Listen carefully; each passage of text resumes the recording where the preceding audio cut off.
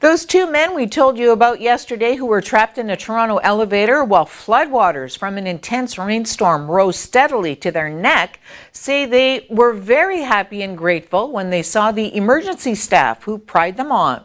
The water started gushing in as soon as we got into the basement level, the parking garage level. And it was like there was a fire hose on at the bottom of the elevator and the water was coming in super fast. In that moment, looking around for emergency instructions or anything that we could find, there really wasn't anything. We pressed the alarm button and then the emergency call button. But by the time that we got somebody on the line, it sounded like somebody picked up. The elevator, the speaker got submerged. And so then we were unable to continue that conversation. The phone system stopped working. Approaching knee-deep water, speakers fried, elevators fried, hatches locked, no cell signal, and the water is going up. Gabriel started praying at that point, and I just remember hearing him say my name in one of his prayers, and I remember having flashbacks of things that I could have done differently that day that would have not put me in that situation. The OPP and Sault Ste. Marie Police put their sticks up at the John Rhodes Community Centre yesterday. The goal? To give kids who can't afford to play organized hockey the opportunity to pick up a stick and give it a go. This event was also aimed at gathering gently used hockey equipment as well as raising funds to assist those in need with paying fees to play in a league. On TV was there. Monday, and all proceeds stay here in the Sault to help pay for kids who can't afford to play. Great day. We have 9 teams playing here today. It's an all-day event. We've also raised a great deal of used equipment, so we'll be able to not only sponsor kids to play, but outfit them head to toe as well.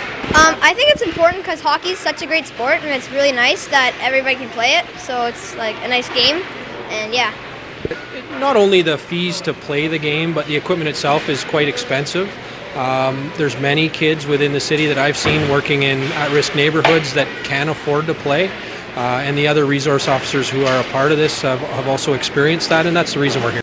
A large federal law enforcement operation yesterday targeted businesses in Nebraska and in Minnesota that officials say knowingly hired and mistreated immigrants who are in the U.S. illegally.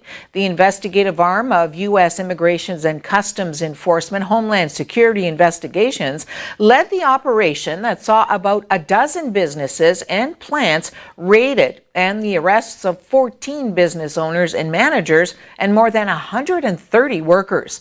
Most of the arrests occurred in northern Nebraska and southern Minnesota. Officials said they were still looking to take 3 owners or managers into custody. Between 350 and 400 federal, state, and local law enforcement officers worked on those arrests. The focus of the operation is unusual in that it targeted business operators for arrest.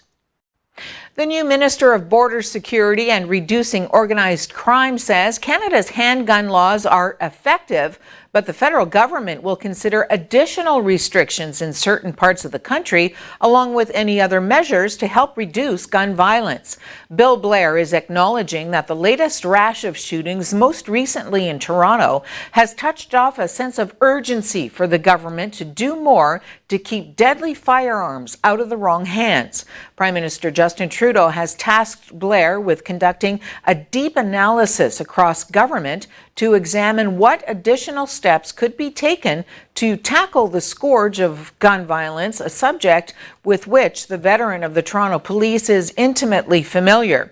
He said the government's work will include looking at any measures which will be effective.